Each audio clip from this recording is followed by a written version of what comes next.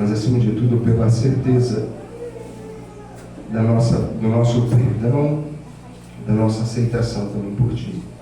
Nos abençoe nesse momento onde iremos adorar o Seu nome, com o estudo da Tua Palavra, com a leitura da Bíblia Sagrada, mas acima de tudo, Senhor, com a nossa vida, o nosso coração, com o nosso louvor e com a nossa presença aqui. Coloque a mão sobre aqueles que estão enfermos, aqueles que lutam com as suas dificuldades financeiras e também aqueles que lutam com problemas pessoais. Em nome de Jesus pedimos, Senhor. Amém.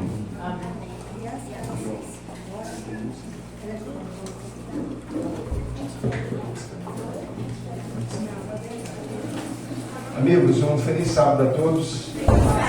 Deus nos abençoe. Antes da gente entrar na nossa mensagem, hoje nós teremos uma programação muito especial à noite, lá na quadra da escola, ok?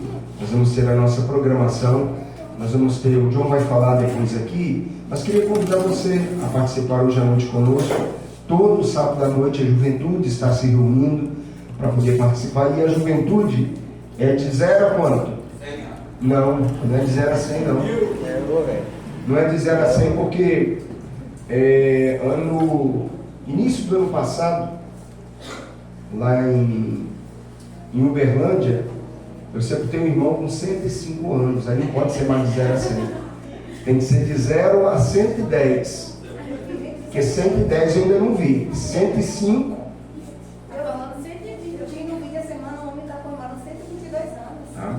Até me assustei agora, porque você apontou, eu pensei que você ia dizer que ela tinha 110. Né? Que você apontou assim, 120 anos. E existe mesmo. Existe alguns lugares aí. Mas veja, amigos, ali tem sido um momento para a gente poder brincar, para a gente poder se divertir. Ali você tem queimada, tem vôlei, tem futebol. Hoje vai ter imagens. Quem gosta de brincar de imaginação aqui? Quem nunca brincou? Nunca brincou de imaginação, Jéssica? Não? Já brincou de nunca também? É muito bom. E é uma imaginação bíblica, ok? E é uma imaginação gigante, que você vai poder participar lá conosco hoje. E também tem um bate-papo, você vai ali, você tem pessoas para você reencontrar, para conversar. Então, amigos, faça planos de poder estar ali conosco. À volta a gente dá um jeito quem às vezes não tem ônibus para vir, a gente dá um jeito de trazer, entendeu? Então faça planos de poder estar com a gente ali. Vai ser muito bom receber vocês. Na semana que vem nós teremos o programa do Arautos do Rei. Alguém não conseguiu fazer a inscrição para Arautos do Rei? Aqui da igreja, alguém não conseguiu fazer? Todos conseguiram? Acho que deu uma. A gente tentou ver para uma irmã, mas não conseguimos ter acesso mais lá. Daqui da igreja ou de outro distrito?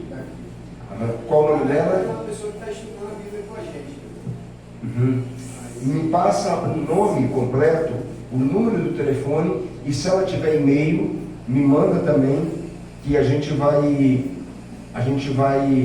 tentar incluí-la lá. Tá bom? Ver se você consegue ir para mim hoje, porque a gente está conseguindo algumas outras vagas ali na associação. Eu ainda não lancei o link, porque tem muita gente procurando, e aí como a prioridade é para visita, né? Então quem tem visita a gente está conseguindo cadastrar. Aí me manda hoje, que a gente faz isso ali, a gente cadastra. Ok, amigos? Então faça planos de poder estar hoje lá conosco nessa programação. Vai ser muito bom receber você a vir conosco. Ok? O John, a gente vai ver com a Jéssica, a Célula libera, ele pediu para conversar com ela.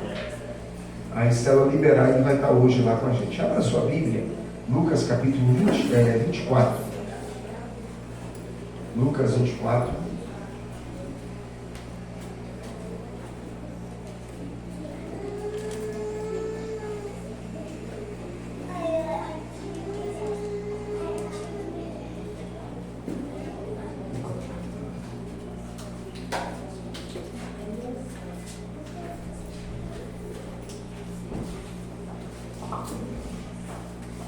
Nós vamos ter batismo lá na nossa igreja, ok, querido?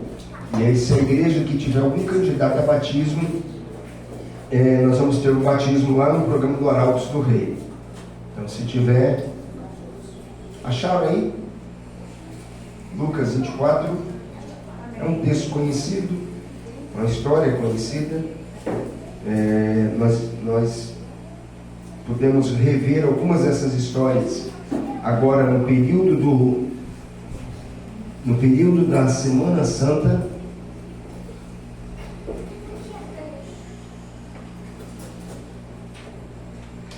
Lucas capítulo 24. Jéssica, o John pediu para ver contigo se tem como ele brincar hoje à noite lá. À noite? Ah, é? Bom, já é uma coisa, ele pensou que você não ia liberar. Amigos, Lucas capítulo 24 diz assim, a partir do verso 13, 24, verso 13, diz assim: e naquele mesmo dia, 2 deles estavam de caminho para uma aldeia chamada, qual era o nome dela? Está aí na sua Bíblia?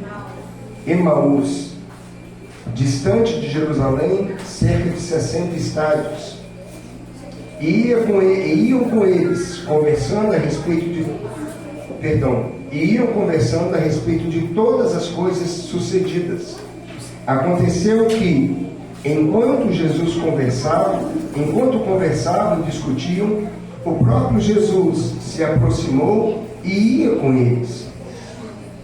Os seus olhos, porém, estavam como que impedidos de o reconhecer.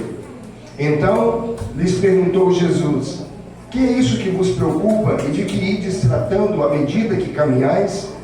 E eles pararam entristecidos. Um, porém, chamado Cleopas, respondeu: és o único, porventura, que tendo estado em Jerusalém, ignoras as ocorrências desses últimos dias? E ele lhes perguntou: quais? E explicaram o que dizem, o que aconteceu a Jesus o Nazareno, que era varão profeta, poderoso em obras e palavras diante de Deus e de todo o povo, e de como os principais dos sacerdotes e as nossas autoridades o entregaram para ser condenado à morte e o crucificaram. Ora, nós esperávamos que fosse ele quem havia de redimir a Israel. Mas depois de tudo isso, já é hoje o 3º dia desde que tais coisas sucederam. É bem verdade que também algumas mulheres das que conosco estavam nos surpreenderam, tendo ido ao túmulo de madrugada, e não achando o corpo de Jesus, voltaram dizendo, tendo tido uma visão de anjos, os quais afirmaram que ele vive. Deixa aberto a sua Bíblia nesse texto, nós iremos voltar nele em algum momento da nossa pregação, ok? Deixa aberto aí. Era mais ou menos 3h30 da manhã do dia 11 de outubro de 1996. Nesse exato momento, o mundo do rock brasileiro perdeu seu maior ídolo. Renato Russo morria, e com ele também morria a esperança de milhares de jovens ao redor do Brasil.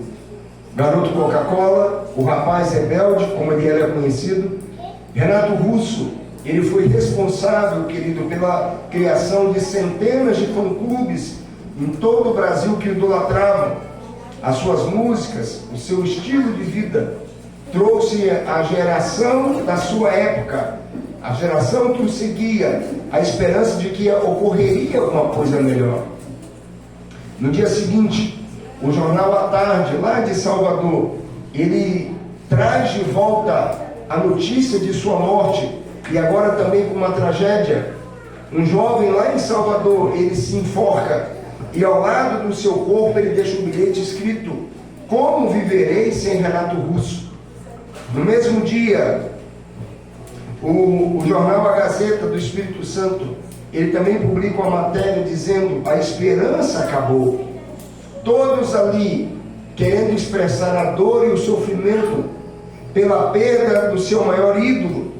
O Brasil, a uma só voz, ele gritava pela perda do seu ídolo, dizendo: como viveremos sem Renato Russo? Eles haviam depositado tamanha confiança, tamanha esperança, mas agora, queridos, o país, a uma só voz, dava adeus ao seu maior ídolo, sem a menor esperança do reencontro, sem a maior esperança de poder ter uma outra oportunidade com eles. No entardecer da ressurreição, dois jovens, dois discípulos, eles caminhavam no caminho de Emaús, caminhavam de Jerusalém para Emaús, dava mais ou menos 12 quilômetros a pé. Aqueles homens, queridos, eles não eram discípulos que haviam desempenhado um papel significativo na obra de Cristo. Eles não haviam tido uma participação direta na pregação do Evangelho, na obra de Jesus, no ministério de Jesus. Eles não estavam à frente de nenhum trabalho na pregação do Evangelho, mas eles eram crentes fervorosos ali em Cristo. Eles alimentavam a sua fé, a sua confiança, de tudo aquilo que eles ouviam falar nos relatos das curas, dos milagres, da maneira como Jesus tratava as pessoas. Aqueles homens haviam depositado tamanha fé de que Jesus seria verdadeiramente o Messias, de que Jesus seria o Salvador prometido, que libertaria o povo de Israel do jugo romano, que acabaria com toda a miséria, toda a pobreza, todo o sofrimento das pessoas. Mas agora ali, querido, ao chegar em Jerusalém para poder celebrar a Páscoa, para conhecer Jesus de perto, esses homens recebem a triste notícia de que Jesus havia sido o que, queridos? Crucificado. Jesus estava morto. Eles viram ali consumidas todas as suas esperanças, tudo aquilo que eles possuíam. E eles não podiam acreditar que Jesus, o Cristo, aquele que a tantos curou, aquele que fez muitos voltarem da morte, que havia perdoado o pecado de uma prostituta, que havia revelado a história de uma mulher que tinha 5 maridos, que havia feito com que o homem que tinha uma mão ressequida pudesse estendê-la novamente, que havia espantado o demônio dos homens lá em Gadara. Eles não conseguiam agora entender que um homem que tinha tanto poder havia sido preso, julgado, condenado e agora estava morto, querido. Nem mesmo a notícia das mulheres no terceiro dia, dizendo que Jesus havia ressuscitado, fez com que esses homens se sentissem melhor. Até então, nunca antes, esses homens haviam se sentido tão desalentados, destituídos agora de fé e de esperança. Eles caminhavam ali à sombra da cruz, mas eles não haviam caminhado muito tempo, querido. E o próprio Jesus, ele se encontra com eles. Aqueles homens estavam caminhando ali sozinhos, naquela longa jornada de 12 quilômetros a pé, talvez ali quase que um dia de viagem, meio dia de viagem. E aqueles homens caminhando, meditando ali sozinhos, tristes, chorando, um conversando com o outro. E quando eles menos se esperam, o próprio Jesus, ele se apresenta no meio deles. Porém, eles estavam tão decepcionados, tão entristecidos, tão chorosos, tão sem esperança, que eles não conseguiram perceber a presença de Cristo ao seu lado. Cristo começa a conversar com eles. Sabe quando você está muito triste e alguém chega com uma voz macia, uma voz mansa, uma voz de confiança, você está no desespero e a pessoa começa agora a conversar com você. Assim foi com Cristo, queridos. Jesus agora começa a conversar com esses homens, e a conversa foi tomando uma proporção de tal maneira que acalmou o coração deles.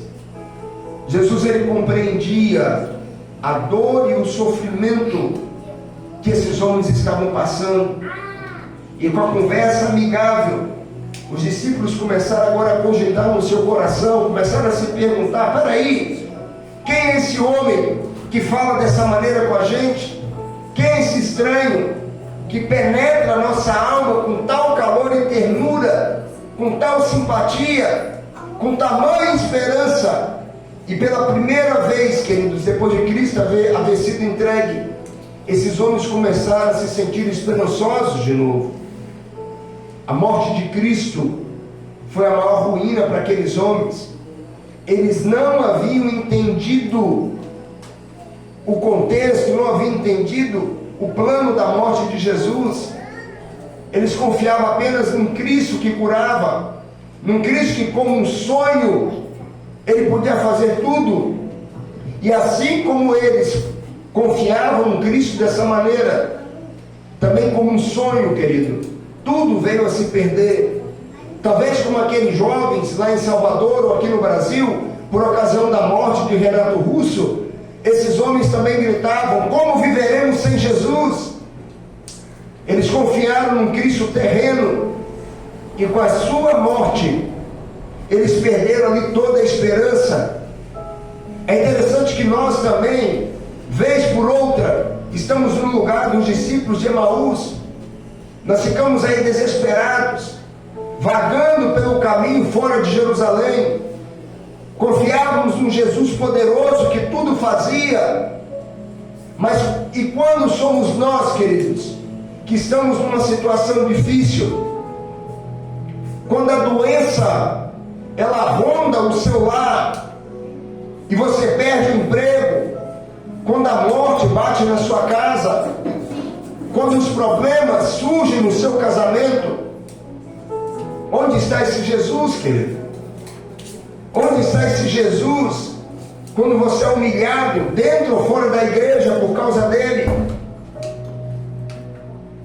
É muito fácil a gente incentivar os outros a confiar em Cristo. A pessoa perdeu o emprego, não, confie em Jesus, Ele vai te dar outro. Mas amigo, eu não tenho nada em casa, não, ora que alguém vai colocar alguma coisa na sua porta. A pessoa está doente, não, confie em Cristo. É muito fácil incentivar os outros.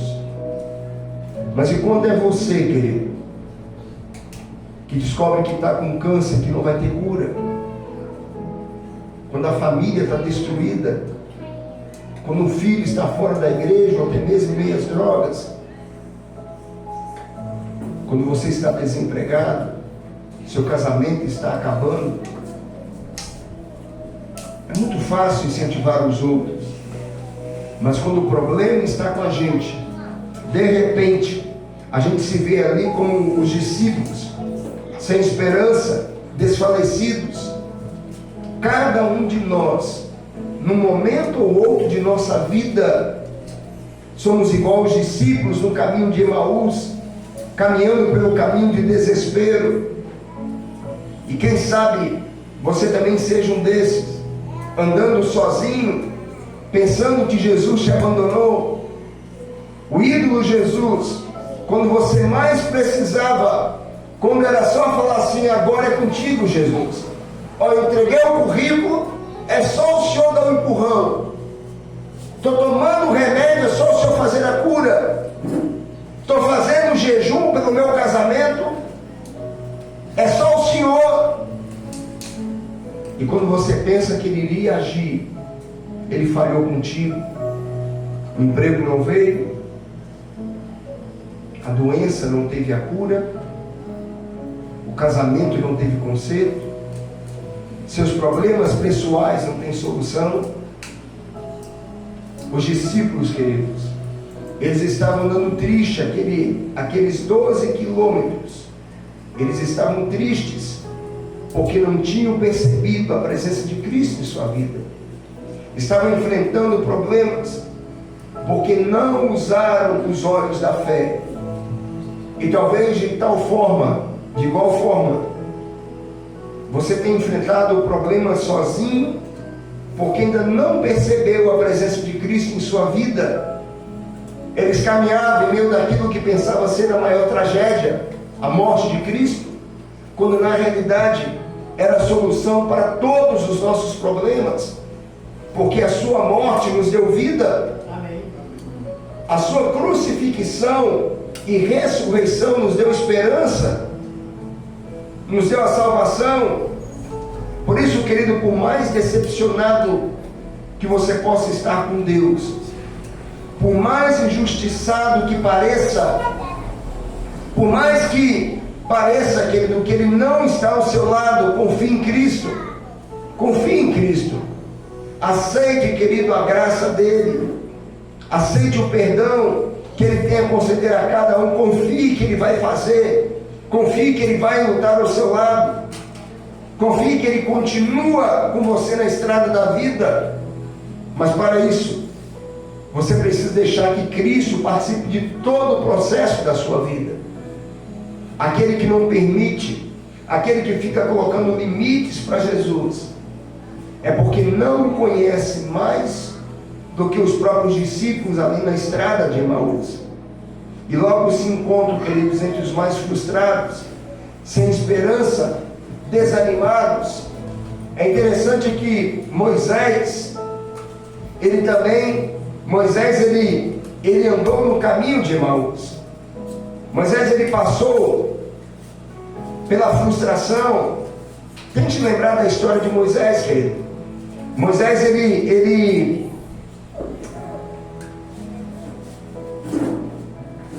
andou 40 anos ali.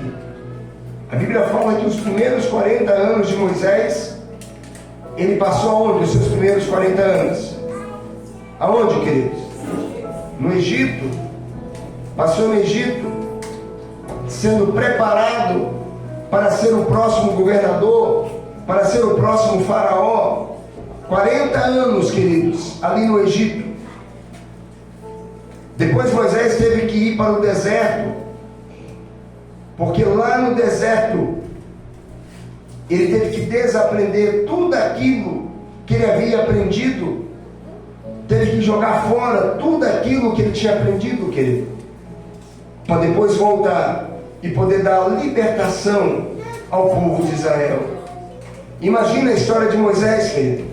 Moisés, ele caminhava, todo o pensamento dele, todo o seu pensamento era em relação à nova terra, a Canaã.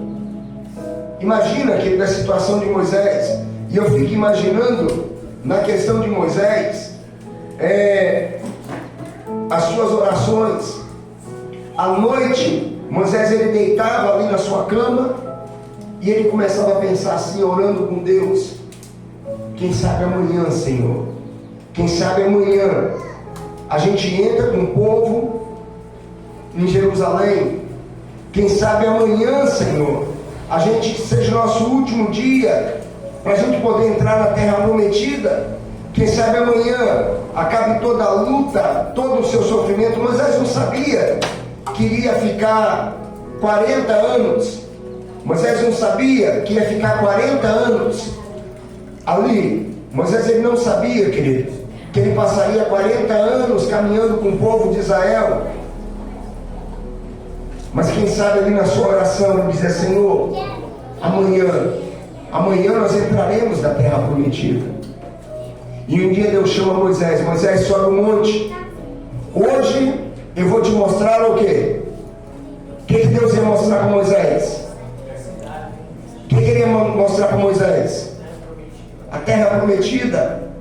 E Deus então fala assim: Moisés, sobe o monte. E quando Moisés, ele começa a subir o monte, Moisés usava um vestido, era comum isso ali, era a roupa deles. E Moisés agora começa a subir o monte. Eu não imagino, Giovana, Moisés subindo o monte de maneira despercebida. Eu imagino Moisés juntando o seu vestido e subindo o monte o mais depressa possível. E ele subiu o monte pensando assim: valeu a pena. Valeu a pena todo o sofrimento. Valeu a pena toda a luta, todo o problema. Valeu a pena, Senhor. E lá do alto Deus mostra o monte para Moisés. E Deus fala assim: Moisés, olha a cidade, olha as planícies, olha os montes. E eu creio que Deus deu uma visão poderosa ali a Moisés, potencial potencializou a sua visão para que ele pudesse enxergar detalhes da terra prometida. E quanto mais Moisés olhava, mais ele se emocionava. E chorando ele dizia: valeu a pena, Deus. Valeu a pena todo o sofrimento.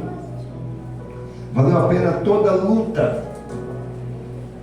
E num dado momento, Moisés fala: vamos, Senhor. Vamos mostrar para o povo, vamos falar para o povo. Calma, Moisés. Olhe mais um pouco. E depois Deus vai e fala: deita e morre, Moisés. Você não vai para lá. Eu não vou, Senhor. Não, Moisés, você não vai. Você não vai para lá. Já parou para pensar na decepção de Moisés? Talvez falando assim: o Senhor me enganou. Eu lutei, eu batalhei, eu fiz de tudo para conduzir esse povo. Já pensou, querido? O choro de Moisés. Mas Deus mostrou para Moisés que os planos dele são superiores aos nossos. Lá no interior da Bahia, havia uma família cristã. Pai, a mãe e uma menina, uma criança, a pequena Vânia. Uma família cristã muito sincera. E ali esse pai tinha um sonho para mim.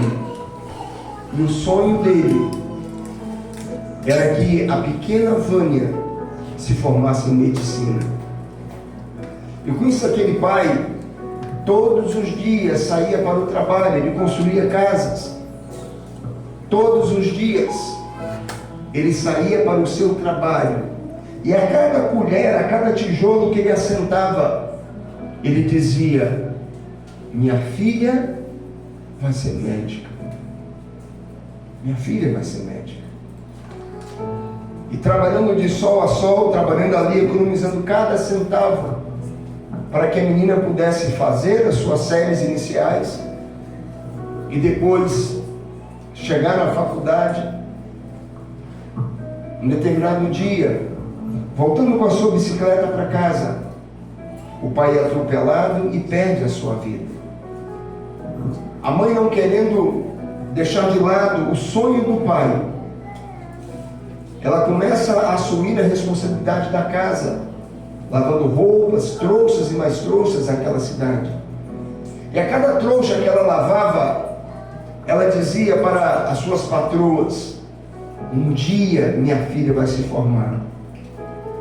E quando minha filha for médica, ela vai acabar com o nosso sofrimento. Alguns riam dela, porque como uma pessoa tão simples iria conseguir juntar dinheiro para uma função, um curso tão caro. Terminou o ensino fundamental, concluiu o ensino médio e chegou agora o dia de Vânia, que não era mais pequena, não era mais uma criança. Chegou o dia de Vânia poder ir para a cidade grande e iniciar a sua faculdade. Vânia era uma menina inteligente, esforçada, muito dedicada aos estudos. E ela conseguiu passar naquela faculdade sem dificuldade. Mesmo sendo pública, sua mãe precisava mandar recursos e mais recursos para mantê-la ali na cidade grande. E aquela menina, no início, ela começava a mandar cartas para a mãe, falando como Salvador era bonita, como a cidade era diferente, como o povo era diferente, como tudo era muito mais rápido. E a mãe se encantava com cada carta recebida. Mas com o tempo, as cartas elas começaram a diminuir, até não chegar mais nenhuma notícia de Vânia. Mas para a mãe não tinha problema, porque ela queria manter vivo o sonho do pai, ter a sua linda filha formada em medicina. E a cada trouxa que ela lavava, ela chorando dizia: mais um pouco, Senhor. Apenas mais um pouco. e minha filha vai me tirar desse sofrimento. Chegou então o grande dia da formatura da sua filha.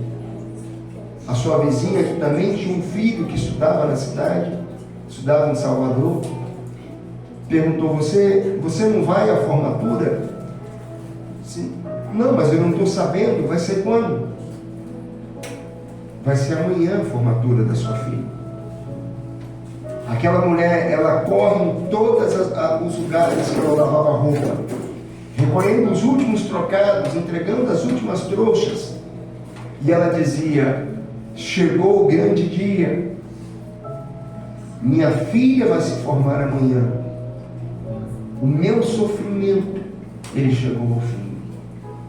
E juntando os seus últimos trocados, ela vai ao seu guarda-roupa pegar o seu melhor vestido, um vestido não muito bom para uma ocasião como essa, mas era o que ela tinha, era aquilo que ela havia economizado ao longo daqueles anos.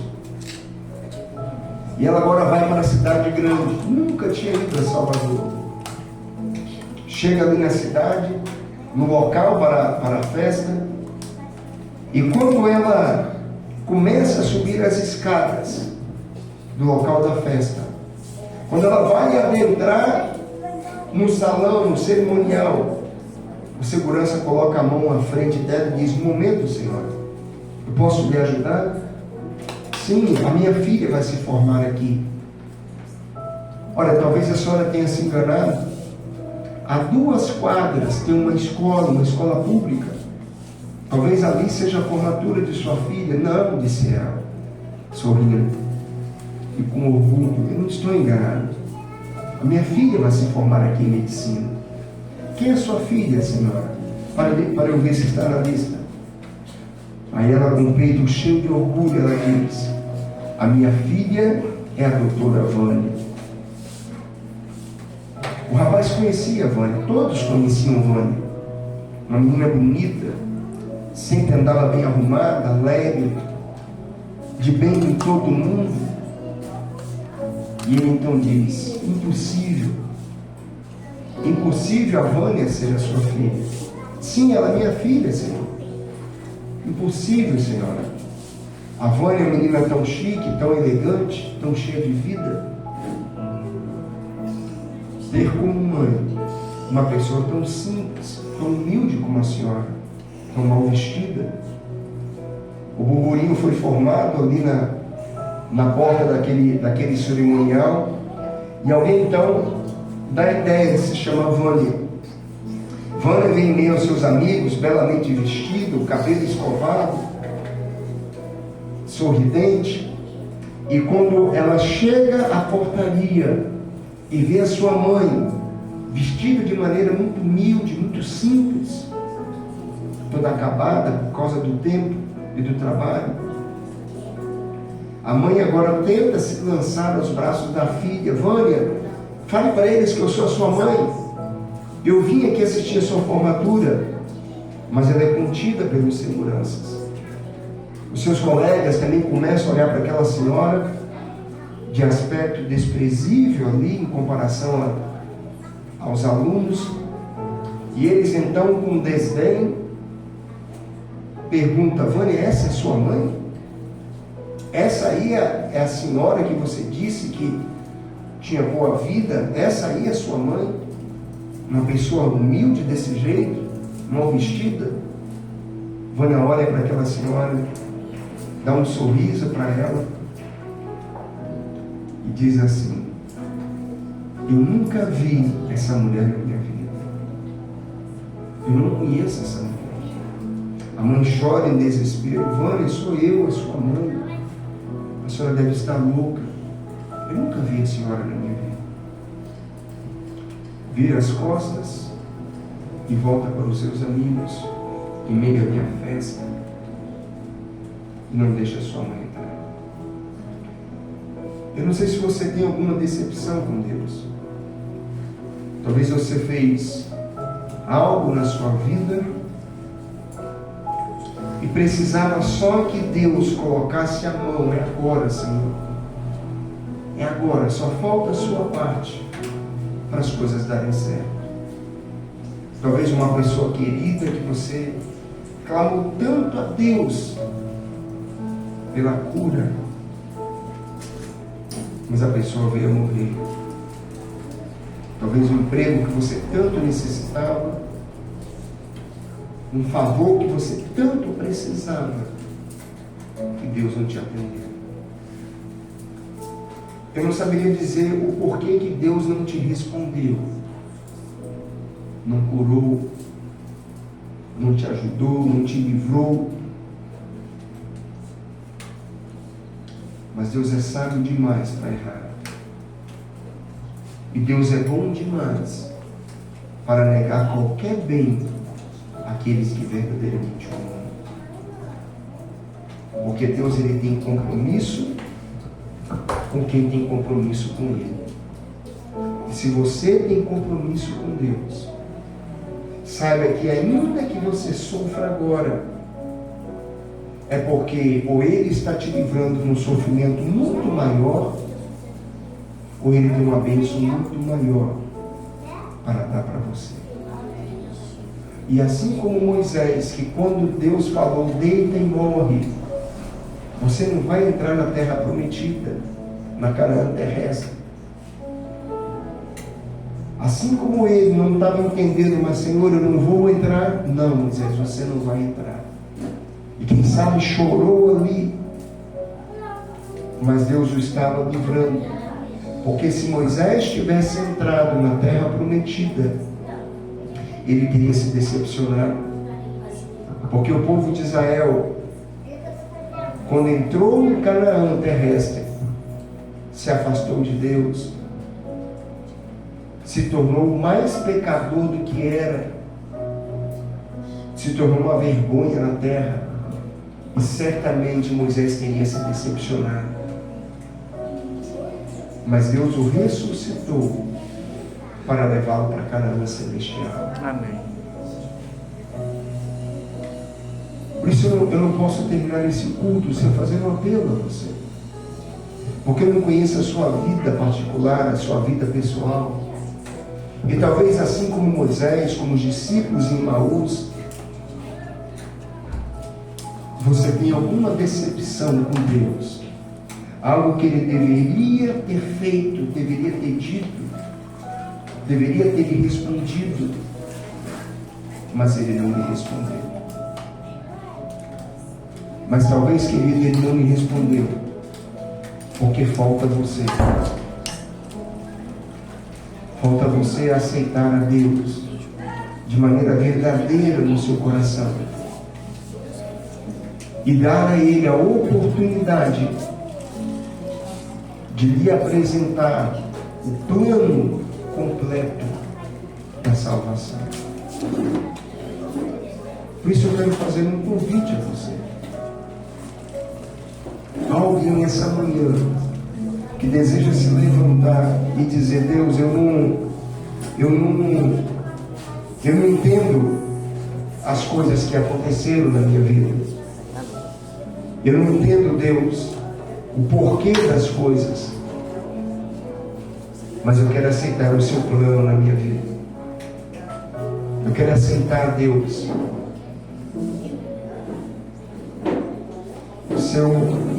eu quero aceitar aquilo que o Senhor faz na minha vida. Porque se só falta você, Deus, Ele tem algo muito melhor para poder lhe dar.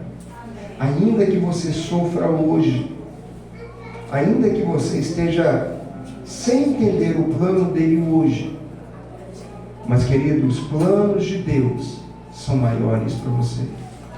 Os planos de Deus são melhores para você. E se você permitir, no tempo certo, Ele vai revelar esse plano para você.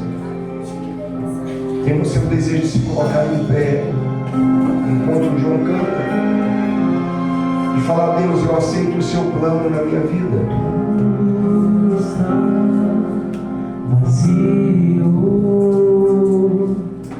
Maria logo percebeu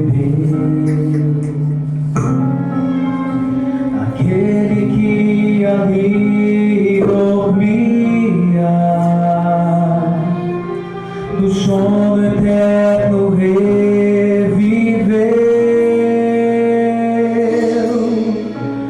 Um anjo poderoso seu nome chamou, das cadeias da morte o libertou. Ao terceiro dia a promessa se cumpriu, e logo depois ao céu subiu. A viagem majestosa ele começou, foi passando pelo mundo que ele criou. Foi salvado como rei, aclamado como herói, pois na terra contra o mal saiu-se vencedor. Chega diante de seu pai e do coro angelical, uma festa está preparada. Ele diz: eu não posso celebrar, ainda falta um pouco mais. Muitos filhos são queridos, estão longe do lar, e comigo à mesa necessitam estar.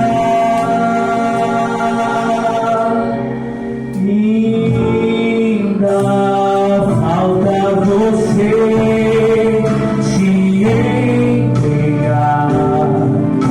Ainda falta você o aceitar, pois não foram em vão aqueles cravos nas mãos.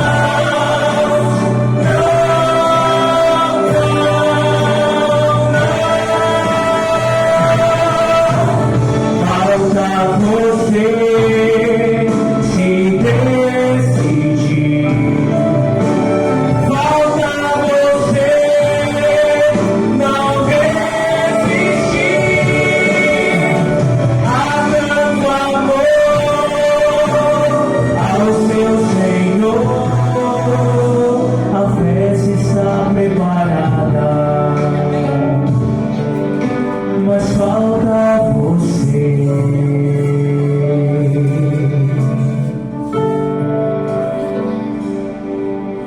A festa está preparada, só falta você.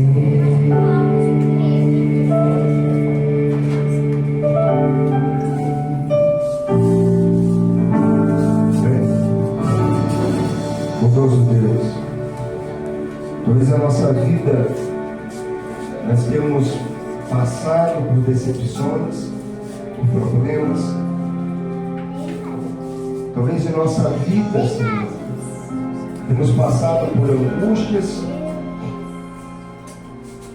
mas queremos no dia de hoje firmar a nossa fé, a nossa confiança em Ti. Por isso, Deus nos abençoe, fortalecendo a nossa fé. E se porventura, Senhor, porventura tenhamos andado afastado de Ti, decepcionado por uma resposta não recebida, que a Tua graça, que a Tua misericórdia esteja com cada um de nós. Abençoe nossa vida. Em nome de Jesus pedimos. Amém, Senhor.